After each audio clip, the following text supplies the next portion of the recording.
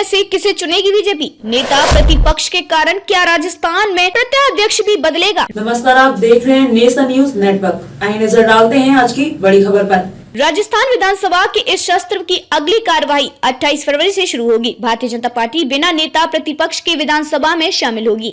हालांकि उपनेता प्रतिपक्ष राजेंद्र राठौर सदन में होंगे, लेकिन उपनेता प्रतिपक्ष का विधानसभा के नियमों में कोई पद नहीं है। ऐसे में अब नेता प्रतिपक्ष को लेकर एक बार फिर चर्चाएं तेज होंगी। राजस्थान में नेता प्रतिपक्ष को लेकर कई संभावनाएं जताई जा रही हैं। राजस्थान में नेता प्रतिपक्ष बनाना बीजेपी के लिए कितना चुनौतीपूर्ण है और यह कैसे राजस्थान की राजनीति पर असर डालेगा? राजस्थान बीजेपी में इस वक्त स्थितियां बेहद उलझी हुई हैं। राजस्थान के प्रदेशाध्यक्ष को लेकर अब तक जहां पार्टी स्पष्टता नहीं दे पाई, वहीं दूसरी ओर गुलाब चंद कटारिया के असम का राज्यपाल बनाए जाने से अब नेता प्रतिपक्ष के लिए नेता के चयन का एक नया सिरदर्द पार्टी के लिए खड़ा हो गया है। इसी बीच केंद्र सरकार में मंत्रिमंडल पुनर्गठन भी होना है, उसको लेकर भी राजस्थान से कुछ नेता लाइन में खड़े हैं। इधर राजस्थान में संगठन महामंत्री के बदले जाने की चर्चाएं और अफवाहें भी जोरों पर हैं। चुनाव से ठीक 8 महीने पहले बीजेपी के लिए सोशल इंजीनियरिंग को ध्यान में रखते हुए इन पदों पर नेताओं की नियुक्ति करना टेढ़ी खीर है। आपसी खींचतान है सबसे बड़ा सिरदर्द। राजस्थान उन राज्यों में है जहां बीजेपी के भीतर आंतरिक खींचतान चरम पर है। राजस्थान में नेताओं के धड़े आपस में बटे हुए हैं।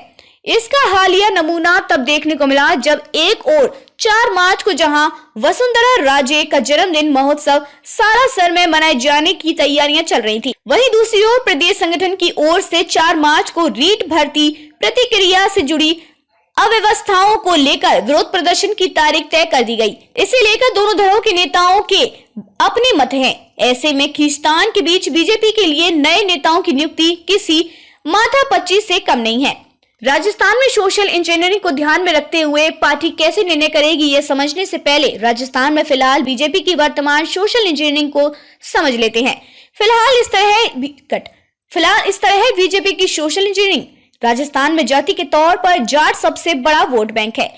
यही वजह है कि बीजेपी ने वर्तमान में कई अहम पदों पर जाट नेताओं को काबिज किया हुआ है। उपराष्ट्रपति जगदीप धनखड़ इसी कौम से आते हैं और वे राजस्थान के रहने वाले हैं। इसी तरह प्रदेशाध्यक्ष के रूप में डॉक्टर सतीश पुनिया और केंद्रीय मंत्री के रूप में कैलाश चौधरी राजस्थान में जाट समुदाय का प्रतिनिधित्व कर रहे हैं। राजपूत भी राजस्थान का बेहद अहम वोट बैंक है। यही वजह है कि बीजेपी और कांग्रेस दोनों पार्टियां इस वोट बैंक को सीधे रखने की कोशिश करती हैं। फिलहाल राजस्थानों में केंद्रीय मंत्री गजेंद्र सिंह शेखावत और उपनेता प्रतिपक्ष राजेंद्र राठौर इसी जाति से हैं। हालांकि उपनेता प्रतिपक्ष का पद इतना प्रभावी नहीं है। राजस्थान का एक और बड़ा वोट बैंक ब्राह्मणों का है। इसके बावजूद वर्तमान में देखा जाए तो बीजेपी में कोई बेहद अहम दायित्व ब्राह्मण चेहरे को नहीं दिया गया है। संगठन के कुछ छोटे मोटे पदों के अलावा घनश्याम तिवारी के रूप में राजस्थान से राज्यसभा सांसद है। इसके अलावा वैश्य समुदाय से भी कोई चेहरा किसी खास पद पर नहीं है।